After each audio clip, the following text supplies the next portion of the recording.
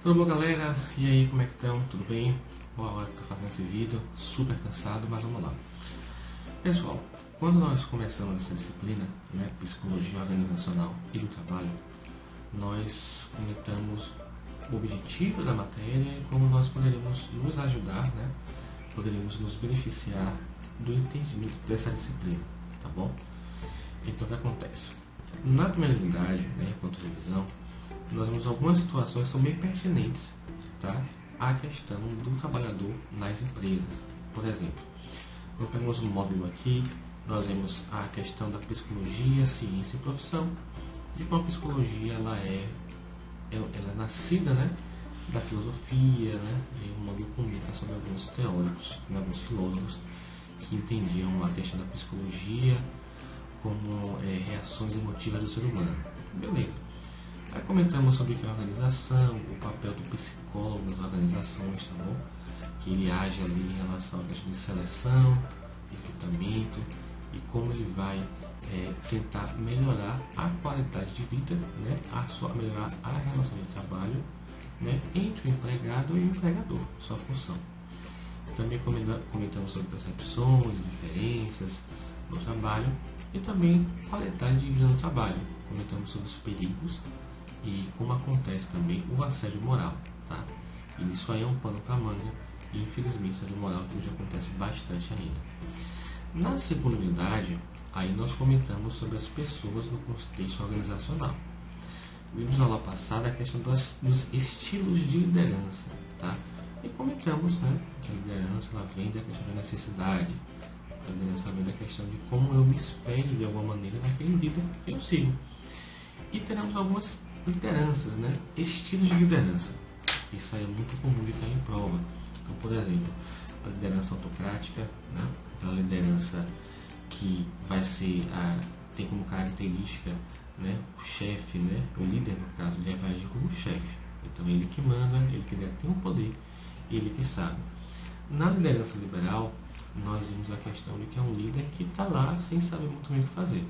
Então tem como principal característica os liderados exercitarem de alguma maneira uma atividades sem o respeito e sem a presença efetiva do líder.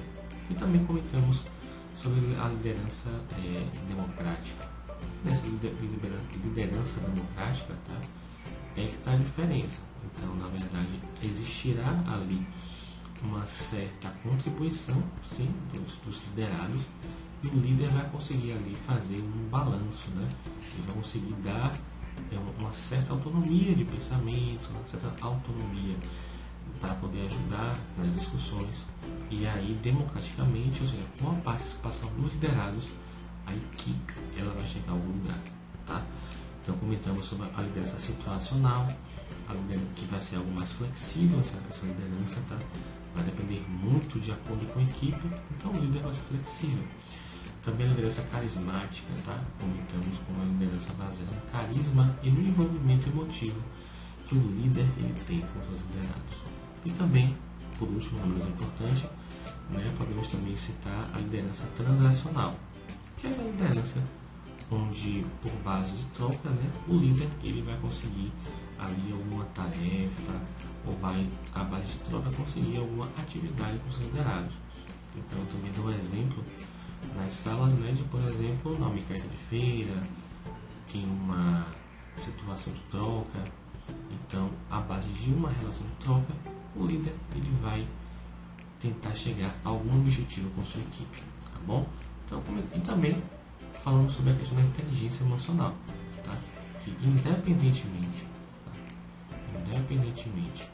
do líder ele ser autocrático, democrático, liberal, exercer a liderança transacional ou não, a principal característica dos líderes vai ser a inteligência emocional, que é essa inteligência que vai definir como esse líder ele vai agir de acordo com suas equipes. E aí também nós temos a questão da comunicação, tá bom? Nós observamos no módulo alguns conceitos de comunicação, tá? Em relação à fonte, em relação ao código, a ruídos, que são as barreiras. e é a questão do feedback. Então esse aspecto é interessante também de lembrarmos, tá bom? Também mencionamos a questão dos grupos e equipes de trabalho, tá? Essa é a diferença. Enquanto um grupo você tem aquela situação onde eles trabalham, né? Será um conjunto de pessoas, mas que trabalham normalmente com objetivos, né, diferentes. Enquanto uma equipe, né, eles têm essa capacidade de conseguir um resultado muito melhor porque eles estão utilizando as suas forças para o mesmo propósito. Então essa diferença principal de grupo e equipe é que a equipe ela terá a união das forças para o mesmo propósito. E é a sinergia, não esqueça, é essa sinergia que vai possibilitar que a equipe ela chegue no lugar. E aí também comentamos no tópico 4 da segunda unidade sobre os conceitos de negociação, também os conceitos de conflito. Tá? E aí observamos como a pessoa desenvolver habilidades de negociação é importante para que o profissional, para que o líder, ele consiga ali chegar a um resultado que para ele e para o outro lado também, que é negociando, né, para que ambos os lados tenham um resultado favorável. E o conflito também comentamos sobre os antecedentes de conflito, tá bom? E aí você pode ter uma expectativa, você pode ter ali os tipos de conflito, que são conflito iminente, né, aquele conflito que está para acontecer, e também tem algumas características importantes que podem cair também em prova. Então, por exemplo, quais são os aspectos negativos, né, de um conflito? E aí você pode ver um racha na equipe, uma dificuldade na comunicação, a briga em si, né, o conflito em si. Enquanto as características positivas de um conflito é que você pode acontecer já após o conflito, né, após algum embate, você tem justamente uma melhora na comunicação. Você pode ter ali uma motivação maior para que aquela equipe, aquele grupo, ele chegue ali em algum lugar. E aí, na terceira unidade, tá? Eu estou dando aqui uma corrida. Na terceira unidade, vamos tocar no assunto que é sobre trabalho e adoecimento. Tá? E aí, nesse tópico, nós teremos algumas situações que são bem pertinentes a praticamente todo mundo. Então, por exemplo, né, eu estou pegando um módulo aqui e nós vamos falar sobre a questão de que todo mundo hoje, de alguma maneira, é refém das tecnologias, tá? E também não tem muito tempo em casa. Dedica-se muito mais tempo para o trabalho do que dedica-se para as suas atividades em casa, né? Isso é muito comum, isso é muito normal. Então, por exemplo, no tópico 1, fala das transformações no mundo do trabalho. Isso na terceira unidade, tá? Fala das transformações no mundo do trabalho e seus impactos na saúde do trabalhador. E aí comenta-se nesse tópico, tá? No tópico 1, que é a questão da transformação. Então comenta-se nesse tópico 1, tá? São as transformações no mundo do trabalho e seus impactos na saúde dos trabalhadores. E aqui toca no ponto que é a questão das transformações tecnológicas, tá? Então a automação dos processos hoje leva para que os empregados, os trabalhadores, eles sejam cada vez mais dependentes da tecnologia. Então um entrave, né, uma situação que gerou e que pensava-se que com a automação dos processos, os trabalhos, né, eles fossem se tornando mais leves, né? Os trabalhos estão se tornando mais tranquilos para o trabalhador. E o resultado é que hoje, de alguma maneira, somos escravos, somos dependentes das máquinas, tá? E comentamos da questão dos smartphones, como hoje tudo gira em torno deles. Nesse mesmo tópico, é também vista a questão da história do trabalho. O aluno de vocês mostra a situação, por exemplo, como a história do trabalho permeia ali a questão de até o século XVII, que é a produção artesanal. Ele comenta como o trabalho ocorria em oficinas coletivas, tá? Os trabalhadores participavam de todo o processo produtivo. A partir disso, no século XVIII, né, a partir da Revolução Industrial, esses trabalhadores saem do campo e vão para as recém-criadas cidades, né, normalmente cidades operárias. E, diante disso, você vai ter então condições de trabalho muito precárias, tá? Então, vai ter que trabalhar 80 horas semanais, fazer 6 horas por dia, né? Sem salário mínimo. Então, com a Revolução Industrial, nasce então problemas sérios aí de direitos dos trabalhos, tá bom? Já em 1911, toca-se no aspecto do Taylorismo, tá? Quem foi Frederick Taylor, né? Ele é conhecido, tá? Ele foi o pai da administração científica. Então, ele veio para trabalhar a questão da produção. Esquece-se um pouco aquele foco em máquinas, em criar máquinas, mas foca-se na questão da administração da produção, de maneira científica. E aí nasce o Taylorismo. O Fordismo, né? O Henry Ford, já em 1920, bebe dessa fonte. E aí vai criar um movimento da linha de produção. Então, com o Fordismo, ele vai criar a questão da produção linha de produção em massa, a questão da padronização dos processos, onde cada trabalhador vai executar apenas uma função. Então, nisso, né, nós vamos verificar então essa evolução do mundo da história do trabalho, passando pela valorização das pessoas, pela produção enxuta, que é quando o modelo de produção enxuta idealizado pela Toyota, né, na verdade a questão do just in time. Então, os operadores, diferentemente do Fordismo, né, dessa produção enxuta, os operadores vão ganhar autonomia para interromper de alguma maneira o processo de produção. Isso em 1950. Mas não só isso. Uma característica fundamental, né, do toyotismo em relação ao Fordismo é que, quando na linha de produção fordista, né, o trabalhador, o operário, ele apenas executa ali uma função. No toyotismo, o trabalhador ele vai conseguir trabalhar em diversas funções ali, será capacitado para várias funções ao mesmo tempo. E vemos hoje então a questão da geração da internet, que é a partir de 1996, tá? Passa em algumas escolas diferentes. Então, a partir de 96, empresas, né, como o Google, o Yahoo, já tinha a Apple criada, também a Microsoft, e esse movimento vai criar nascimento de outras empresas, como o Google, né, o finado Orkut. Então você vai ter essa geração da internet que, de alguma maneira, né, vai acabar também criando aí uma base para a criação das redes sociais, tá bom? E aí nós entramos na questão do trabalho e sofrimento, que é justamente quando o trabalho, né, ele vai ganhar esse aspecto mais de sofrimento, mais doloroso para o ser humano, tá certo? E diante, como o trabalho ele vai ter de início uma prerrogativa de exploração, uma prerrogativa de questionar mesmo, né, a capacidade de autonomia do trabalhador, então haverá o surgimento de doenças do trabalho, tá? E essas doenças do trabalho, doenças relacionadas ao trabalho, as principais detectadas são como depressão, ansiedade, síndrome do pânico, síndrome de burnout, os distúrbios ortomusculares, né, como a LER, os cardiopatas, dores crônicas e problemas, né, no sistema circulatório.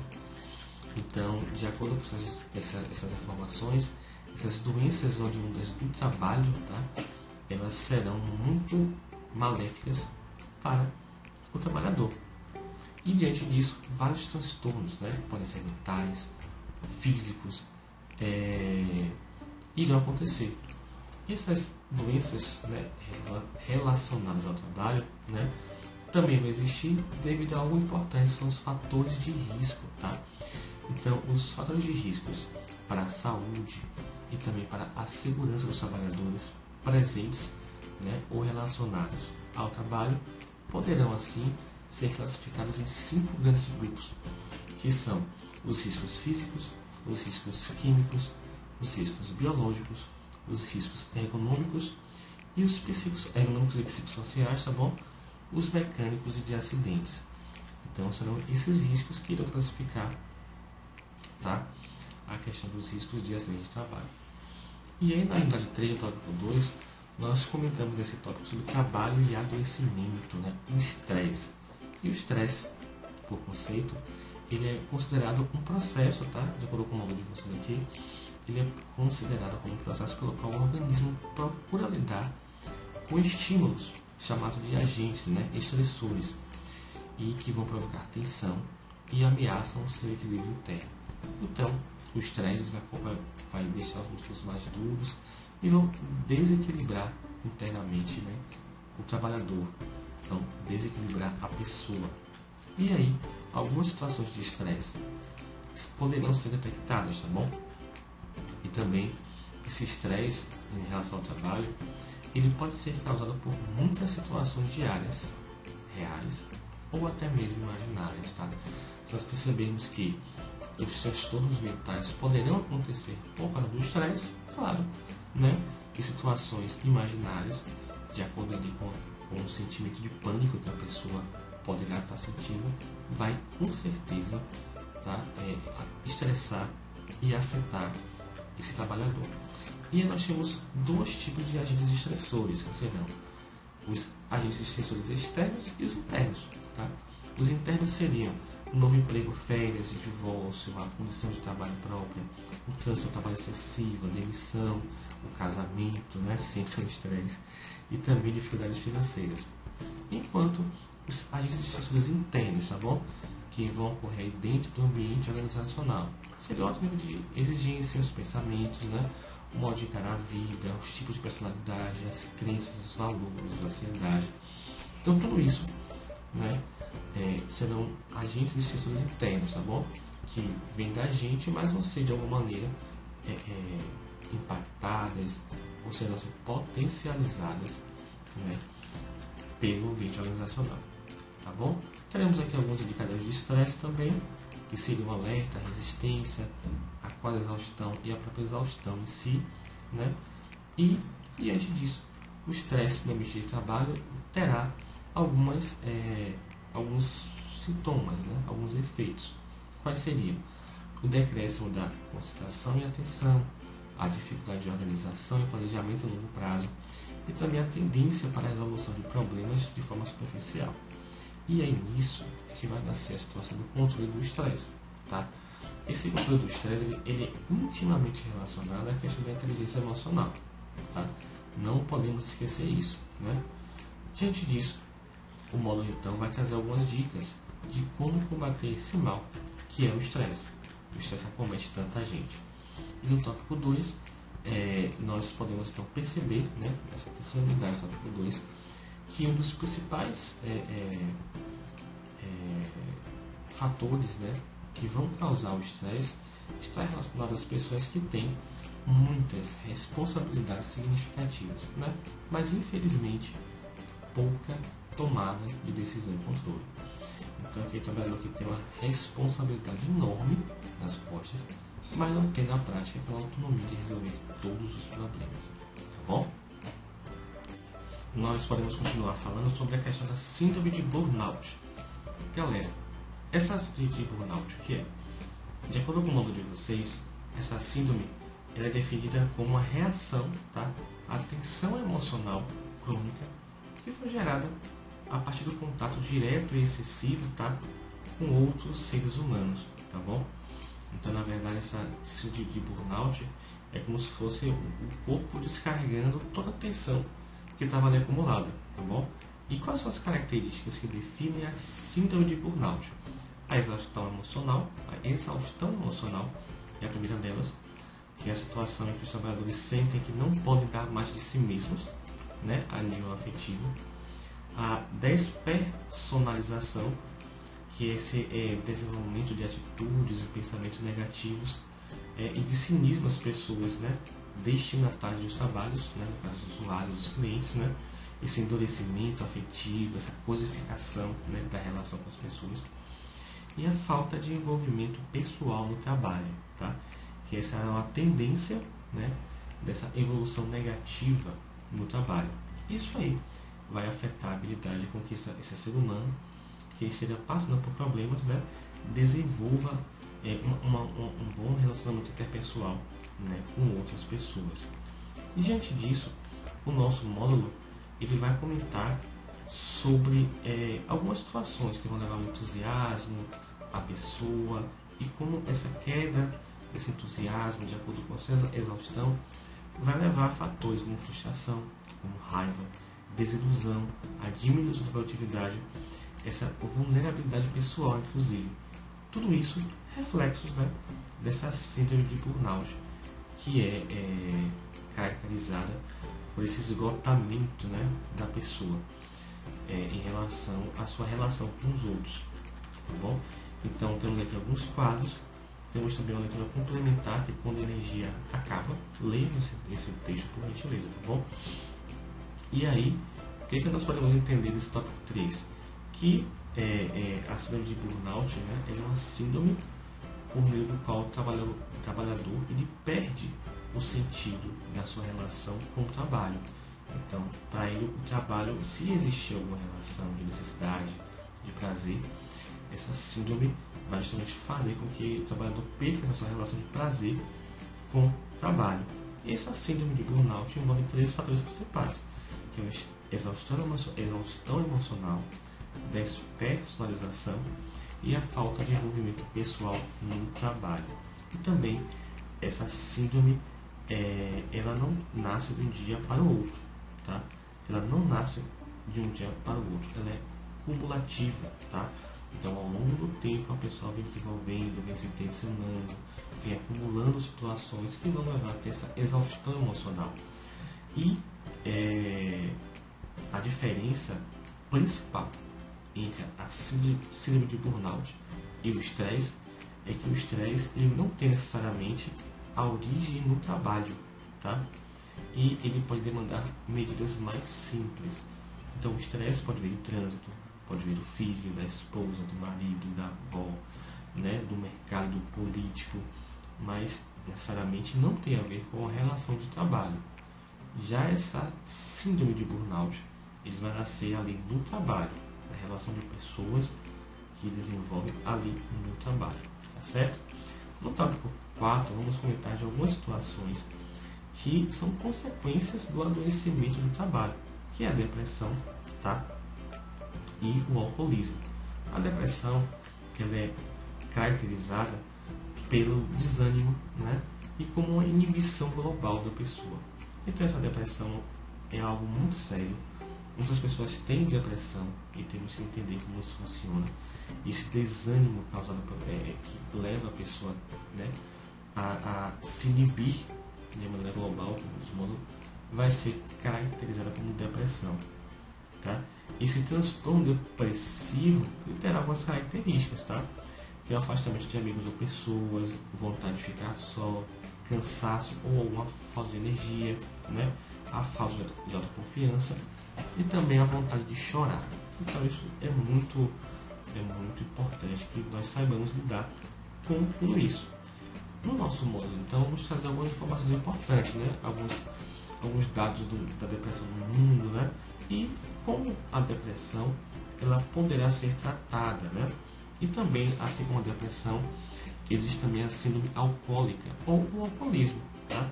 E no módulo é destacado que o álcool, né? De alguma maneira, a bebida alcoólica, vinho, cerveja, vodka, enfim, ele sempre fez parte da história da humanidade, tá bom? Mas é comum que as pessoas afoguem, né, as suas mágoas, o seu cansaço, num copo de bebida, tá? E é diante disso, né, essa dependência do álcool para afogar suas mágoas é que vai nascer o alcoolismo, tá? A necessidade do álcool enquanto doença. E o álcool, ele é caracterizado sim como uma doença a partir do uso excessivo, do uso abusivo do álcool da pessoa. E esse alcoolismo, tá? Ele infelizmente acomete muitas pessoas, inclusive até próximas da gente, né? Sem a gente nem perceber. E vão existir então, né? Essa dependência vai existir à medida que essa bebida, essa bebedeira, ela vai ser independentemente do horário, né? Que a pessoa vai beber, da situação em que vai beber, bem uma preferência por bebida de maior teor alcoólica. Então, uma pessoa que bebe todo fim de semana, né, que bebe ali de uma maneira desregrada, em qualquer dia da semana, qualquer bebida, até de bebidas com teor mais forte, pode sim ser considerado alcoólica. Ele estará ali afogando suas mágoas na bebida. Por quê? Porque existirão 3 tipos de usuários de bebidas alcoólicas, né? Que vai ser o usuário social, que é esse usuário de uma festa, né? De eventos. O usuário problema, que ele constantemente, tá? Ele vai ser alcoólico, mas não bebe, ele pode ser CD. E o usuário dependente, que é aquele que vai beber em qualquer horário, em qualquer situação, e vai criar uma relação de dependência, né? Infelizmente, com álcool. E aí, para encerrar aqui o módulo de vocês, nosso módulo de psicologia organizacional e do trabalho, é visto a questão do trabalho e adoecimento, a questão da ansiedade, tá? E essa ansiedade ela vem aumentando em função da vida estressante a qual vivemos, tá bom? E a ansiedade leva as pessoas a experimentarem medo e a apreensão desagradável, tá? Em resposta aos estímulos externos imaginários ou reais que eles recebem. E em cada pessoa, é claro, né, essa ansiedade será diferente. Agora, pode ocorrer dessa ansiedade ela migrar para um transtorno, né, como eu falo aqui no módulo, de ansiedade generalizada, tá? Que terá como características a inquietação, a fadiga, dificuldade de se concentrar, irritabilidade, tensão muscular e também perturbação do sono. E como estágio de doença, também poderá levar a síndrome do pânico, tá? Que é uma das diversas formas de fobia, tá? Então essa síndrome do pânico, esse pânico não existirá apenas se algum problema for real, mas se algum problema imaginário ou alguma situação que possa acontecer, que ele vai sentir essa síndrome do pânico por qualquer situação, tá bom? Então, no módulo de vocês é comentado como o trabalho e adoecimento ele pode levar a doenças, né, que são graves, tá certo? E essas síndromes são muito relacionadas, tá? Então, a síndrome do pânico pode ser um alerta para a pessoa indicando que ela está sobrecarregada. E é frequente essa associação da síndrome do pânico também com quadros depressivos.